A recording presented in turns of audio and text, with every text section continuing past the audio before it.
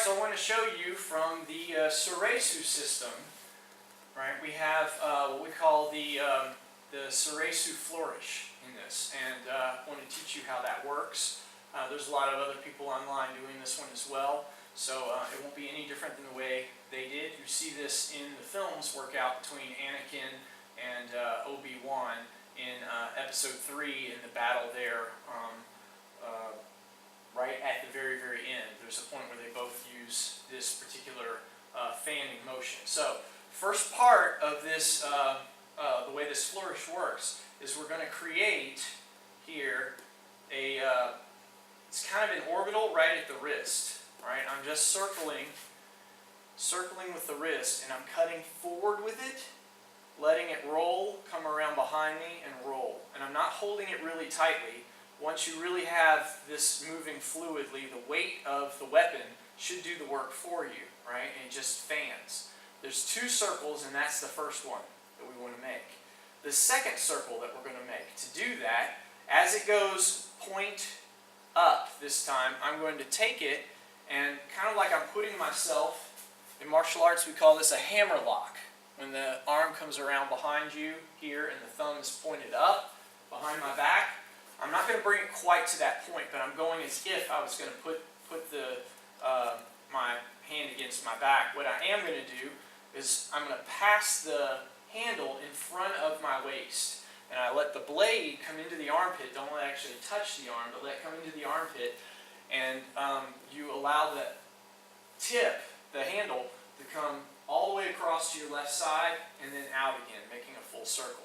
So the first one is behind you.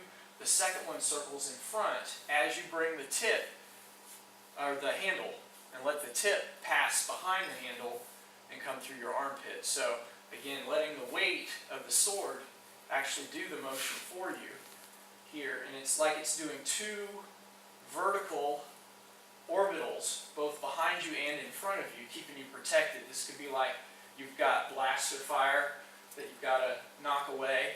You can use this, or if it's just to intimidate, right?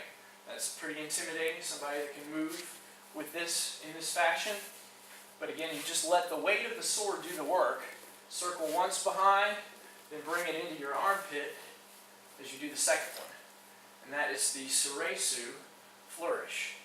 So again, practicing that, you get really good at this. You can do it in both hands, right? One can be doing the forward cut while the other one's passing in front of you at the same time, and that's if you're doing Kai, or a sword in each hand, one of the Kai systems.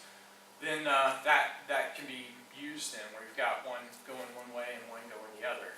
But first, you want to get coordinated with just one, right? Let it circle once behind, and then pass the handle in front of you. And I'm exaggerating a little bit this big kind of elbow sweep.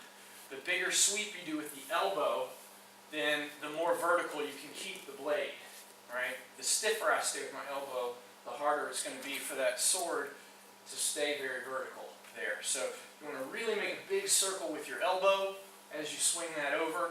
That'll keep it nice and vertical, both those circles, as it goes behind you and then back in front of you.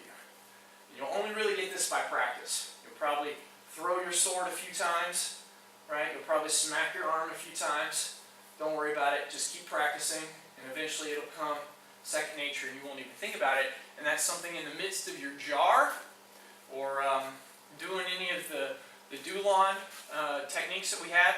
You can pop out that flourish too, just as an extra, again, intimidation thing, or if you're doing a demonstration team, then it looks great, right? People love that. So that is the Soresu Flourish. Again, I am Sam with the Louisville Jedi Academy.